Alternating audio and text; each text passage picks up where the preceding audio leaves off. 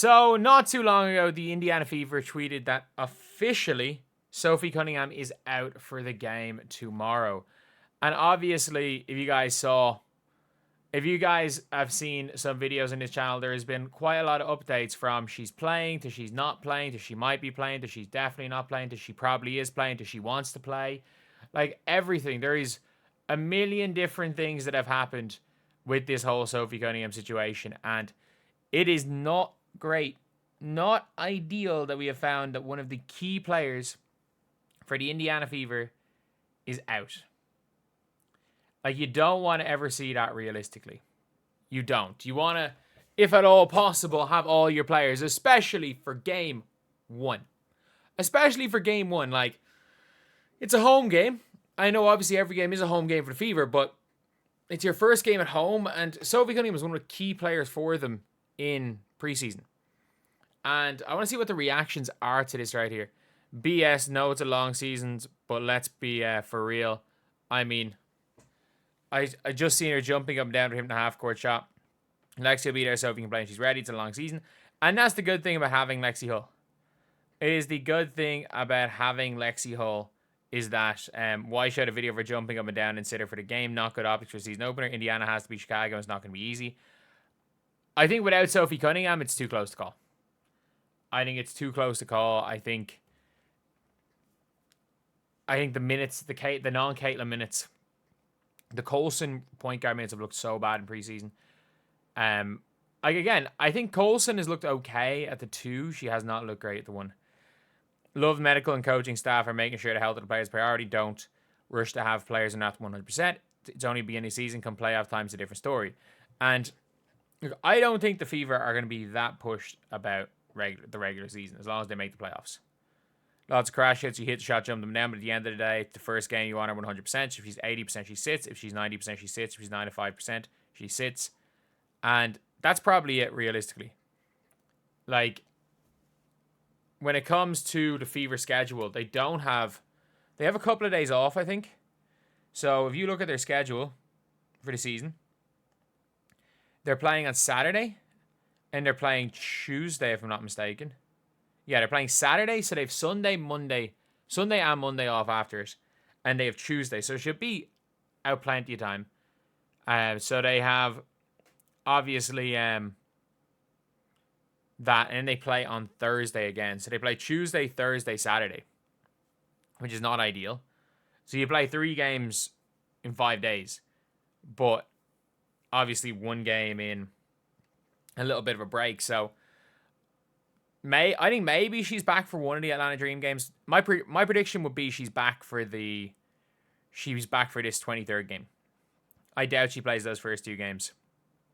That would be my assumption, is that she's probably not around for the first 2 home games. She might come back for Atlanta. Maybe she comes back for the New York Liberty game. If she's back for the Liberty game, all's good. All's good. Like, look, as long as Fever don't start off 0-3. And I do think whether or not the Fever win against the Sky makes a difference to when she comes back. I think that it's going to be very likely that, when it comes to the Fever, that if they go and win this Sky game and they beat the Dream, or if they beat the Sky, she's not playing against the Dream. If they lose to the Sky, you never know. If they're 0-2, she probably comes back for game 3. She probably goes on that road trip.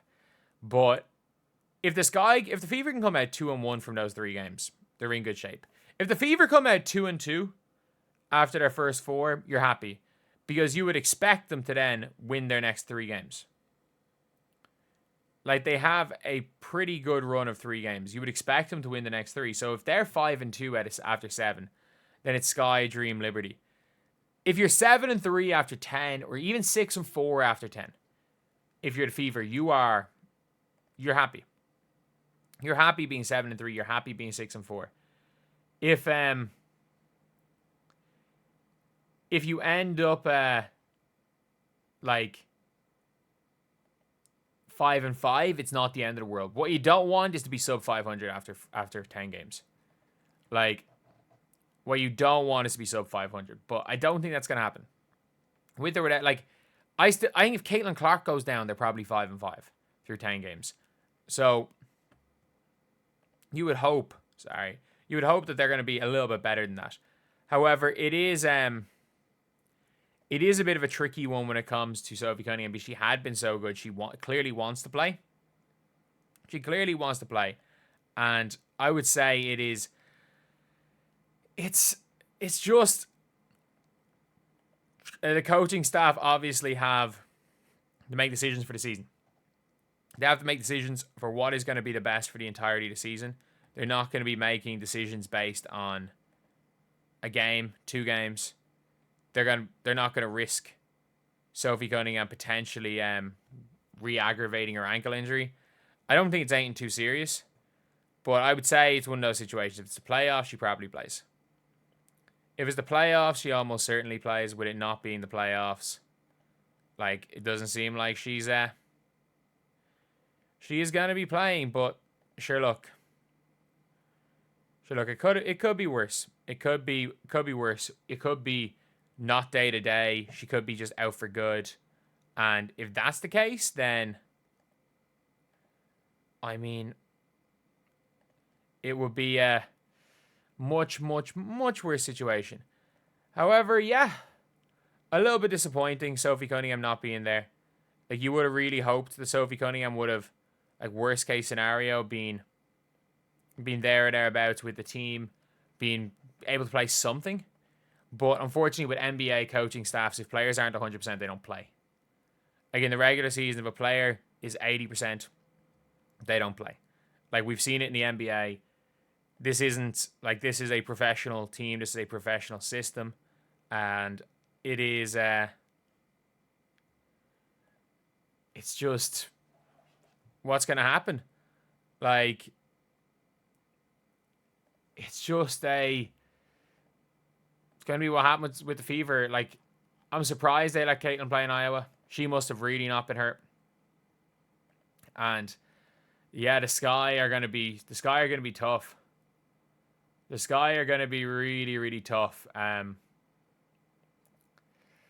beat in that first game. And I don't mean the Sky are going to be great. They're just going to be tough. It's hard to beat a team that crashes the boards like they do. Like, it is hard. You have to be, you can't switch off. It's hard to beat a team that are relentless in how they just go at you. Especially because they can drag, if you're not shooting well, they can drag it into a really low scoring game.